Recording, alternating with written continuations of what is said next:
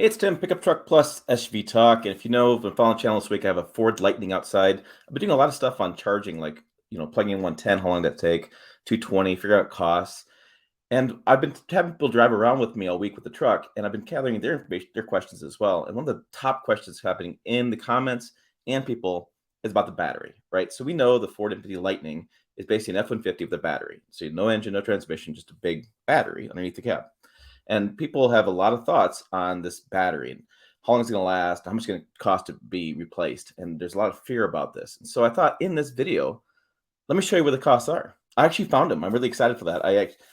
Dawned on me just to search for them, and boom, there they are. It's common knowledge, public knowledge right now. And I was like, well, gosh darn it, why didn't I think of this a while ago? But anyways, I'm going to tell you about the battery costs, and I'm going to tell you about how long they last, talk about the warranty, and talk about whether or not you should really be afraid of it, and how you got to change your thinking in this vehicle. That's the biggest thing this week I've learned from people is you got to change your thinking. This is not a direct replacement for a gas engine vehicle.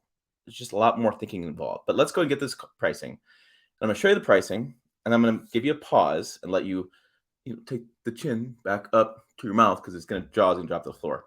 I found this pricing on FordParts.com. I typed in my local dealer, brought me the parts catalog. I pulled up 2022 Ford F-150 Lightning, and I was able to get the results on how much the price is. Now, if you know Lightning, there's two batteries. There's extended range, which is like 300 miles of range, and there's standard range, which is 230 miles of range. Two different batteries. The first one is the extended range battery. That's right. The price is $35,960 just for the battery. Doesn't include labor, which should be fairly inexpensive. I think you just got to unbolt the covering, pull the battery out, unplug it, put a new battery in. But yeah, go ahead. I'll wait.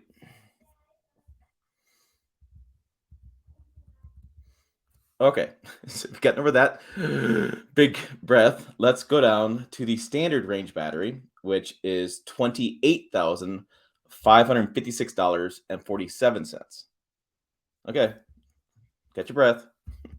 Take a moment. Whew, right? I mean, that's an enormous amount of money. And I've said for a while now in the videos I've been doing, the Lightning is really just a bunch of cosmetics around this battery. I mean, and the battery is the most expensive part of the truck. So now the question is, okay, Tim, you spent $96,000 like with the platinum costs outside, and you got to replace the battery for 35,000. That means that vehicle is now $130,000 vehicle. Hold on a minute. Hold on. Why are we always caught up in this idea that the battery is going to fail? I think I'm hearing that time and time again. And I'm like, so I said to them, I said, hey, did your cell phone battery fail? Did your computer battery just fail? I mean, yeah, it does happen over time, but typically what happens with batteries, it's like my DeWalt drills, everything I have in the house is batteries, is it won't hold the state of charge longer. It's going to lose that over time. So we call this battery degradation. So that's what we'll be talking about. So what happens over the course of ownership of this battery? Now, could a battery just die? Yeah. Could a new Ford F-150 truck engine just die? Yeah, both could just die. But I think the odds are the battery and the truck is going to diminish, its effectiveness over time, and the engine in the truck is going to diminish its efficiency over time. This happens. Machinery gets old. So let's talk about overall losses. So I'm going to go to Tesla here because Tesla's been in the market for the longest period of time, and we have data from them. So according to this article on Auto Week, we've seen Teslas and Chevy Bolts well over 100,000 miles, or even 2 to 300,000 miles. And early indications are they, in general, lose range by 2 to 3% a year. Okay, loss could be more dramatic if drivers fast charge your cars often.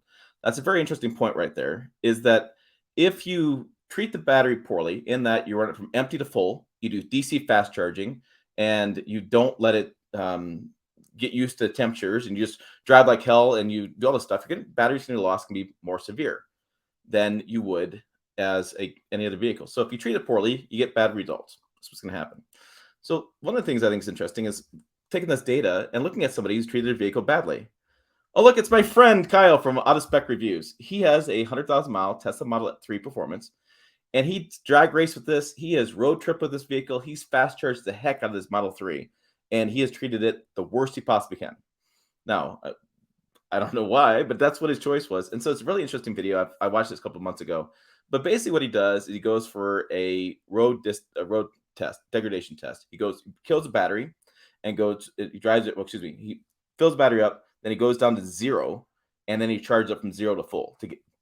worst case scenarios for these batteries to get an idea on what's going on. So if you know with like most EVs, you're charging here and there. You're not like letting it go all the way down. You're not letting it kill itself. But he did in this case, and he noticed that his range degradation, the battery now performs about 11% worse than it did when he bought it at 100,000 miles. And so what's that mean? He went from 320 miles of range to about 270 miles of range.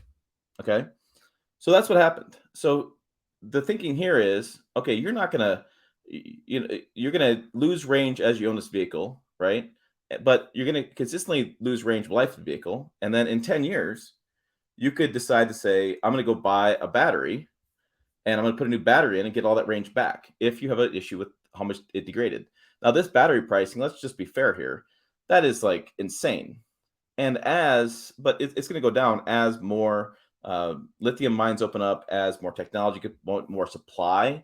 They have a big supply issue right now with batteries. I mean, that's probably going to go down. But yeah, it's a huge wow factor today. So you got to think of these things like, I think of stuff like 8-10 year time because, for example, when you look at the battery electric vehicle warranty from Ford for the E-Transit, Mustang Mach-E, and Ford Lightning, when I look at this, look at this warranty, I got to go down. I think it's 5, 3, 4, 5.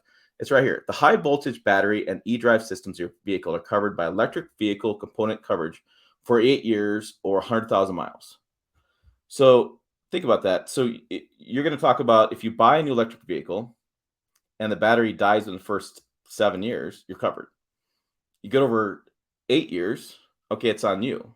In 8 years' time, you lose 2% range or whatever you can lose.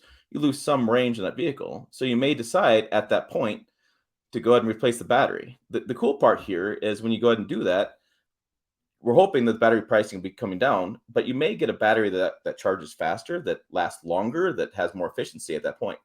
And so it's a really interesting conversation happening right now and really big debate going online. We've said several times that cars have now become kind of throwaway appliances. I think that's partially true, but I don't think that's really true because of the fact that unlike a gasoline vehicle, you can just replace the powertrain, in this case, just the battery. So you could go buy that Platinum for $96,000. You could drive it for 10 years. You could have it paid off, and you could say, I used to get 300 miles range. Now I get 250 miles range, whatever. I really want to get 300 miles range. And the new battery that came up with 10 years down the road, because we know it's going to happen, I'm able to get 400 miles range now because that battery is more efficient. It's packed differently. And so you may decide to do that and keep your truck longer. Think about that. I mean, you may decide to keep your vehicle longer because there's less moving parts in an electric vehicle, less things to really go wrong. And so you may decide to switch batteries, give it longer, or you may not. And replacing the engine and transmission isn't cheap either. So I'm having my 62 C10 getting his new engine transmission because the engine, became less efficient over time and doesn't perform as well. So I need a new engine, and that's $9,000 just in 1962 truck. So you got to, again, keep all this stuff in perspective on arguments happening and where you're at with this. I mean, what I've learned this week is that if you believe that electric vehicles are terrible and they can't tow very far and they have no payload or they don't do this, that, you're right. If you believe the electric vehicles are cool and they have lots of technology and they're super fast and it's cutting edge stuff, you're right. If you believe the cars are damaging the environment, you're right. If you believe the cars will eventually become better for the environment, you're right. So what I've learned is no matter what point of view you have on electric vehicles, you're right. They're really expensive. They're going to be really expensive to replace the battery when you need to, if you decide to change the battery out or you just, you go elsewhere. Resale value is probably not going to be as high because think about it. Would you walk into the dealership or, the cell phone store, Verizon, and ask them to buy a 5 or 10-year-old phone? No, you want the newest thing. Well, I think the same thing that happened in vehicles. However, the older used vehicles aren't going bad. Like old cell phones, we still give those to women's shelters, rape victims have them, and they still do hold a charge long enough to make a phone call. So tangent there. I agree. I will stop with tangents. But yeah, like I said, whatever viewpoint you have in these things, you're right. Now, am I personally concerned about a battery replacement? I'm not, because I know new engines are insane expensive as well, and they're lasting longer. And I'm seeing people who have Teslas, like my friend Kyle, who beat the crud out of it, and they've had good luck with the battery so far. So I'm not so worried about replacing a battery as far as battery failing. I think battery will be replaced as it degrades over time. But I also think a lot of people, when you get to that 10, 15-year mark of owning a vehicle and you're seeing range go down, I mean, what are we going to have in 10 years? Flying cars? Are we going to have cars, electric vehicles that get 2,000 miles of range? I mean, what's going to happen in 10 years? And so I don't think there's going to be this rush to keep vehicles around that long as it used to be. I think people in 10, 15-year mark are going to get bored and want something new. I think that's what's really just going to happen. And I will tell you, last thing I'll tell you on this vehicle is it's really the most controversial vehicle I've ever covered, and people are really interested and really not interested. It's been fascinating this week. I mean, I put people in the cab who don't like EVs at all, and I can tell their mind's shifting a little bit, but they can't quite make the change to say, I'm going to give up a little bit of freedom, and every day I can drive, but I can plan out things differently. I mean, it's a complete mind shift with EVs.